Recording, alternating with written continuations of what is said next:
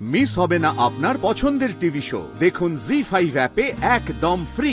নিজের মেয়েকে তুমি সামনে রাখতে পারোনি, তাহলে আমাকে কেন বলতে বলো পুটিকে মেনে নিন, পুটিকে মেনে নিন? আমি তো নিজের মনকে বুঝিয়ে নিয়েছিলাম, আমি তো দূরে দূরে থাকতাম। কেন করলে তাহলে বলো, এরকম কেন করলে? মা শান্ত হও মা। মা এখন আবার এসব কথা কেন উঠছে বলো তো? থাক না মা। না না না বাবু, থাকবে না। আজকে পর্ণাকে উত্তর দিতেই হবে। পর্ণা বলো, আমি তো আগে পুটিকে ভালোবাসতাম না, কিন্তু তারপরে তো আমি ওকে ভালোবেসেছি।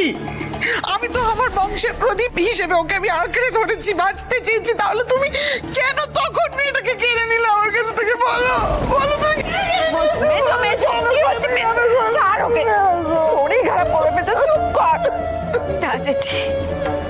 মা একদম ঠিক বলছে।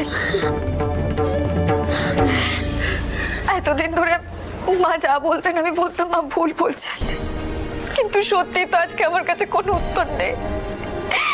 আমি মা হিসেবে অপদার্থ। পর্ণা তুই কি সব বলছিস? তোর কি মাথা খারাপ হয়ে গেল? আমি একদম ঠিক বলছি বুঝি, না হলে কখনো মায়ের চোখের সামনে থেকে কেউ মেয়েকে নিয়ে চলে যেতে পারে। কিন্তু মা, আপনি বিশ্বাস করুন, আমি আপ্রাণ চেষ্টা করছি আমার মেয়েটাকে খুঁজে পাওয়ার। আমি বারবার যোগ্য দাদাকে ডাকছি, নিজের মনের জোর আনছি যে আমাকে পারতেই হবে, কিন্তু আমি মেয়েটাকে খুঁজে পাচ্ছি না মা। আমি কিচ্ছু করতে পারছি না। চুপ কর, তুই এখান থেকে চল, আর বলছি। মা ছিলেন বলে মেজো কাকিকে সামলানো যাচ্ছে রে। সত্যি মেজো কাকি বড্ড চিন্তা করছে।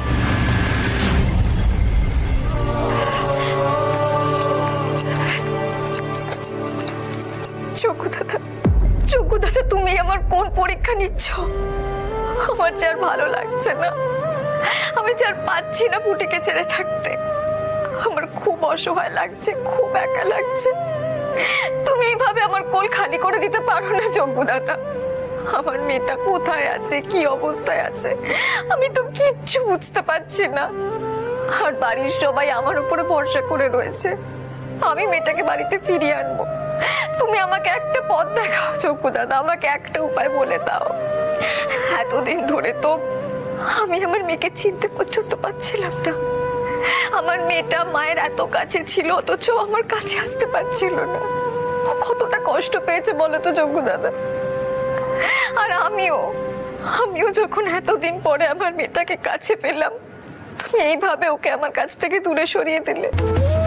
কেন করলে যোগ্য দাদা, কেন করলে এটা? তুমি আমাকে একটা সূত্র বলে দাও যোগ্য দাদা, একটা সূত্র বলে দাও।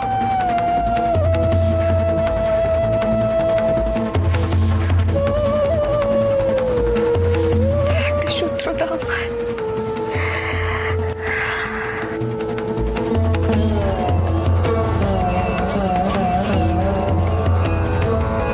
জি5 ডাউনলোড করুন আর সব এপিসোড দেখুন একদম ফ্রি।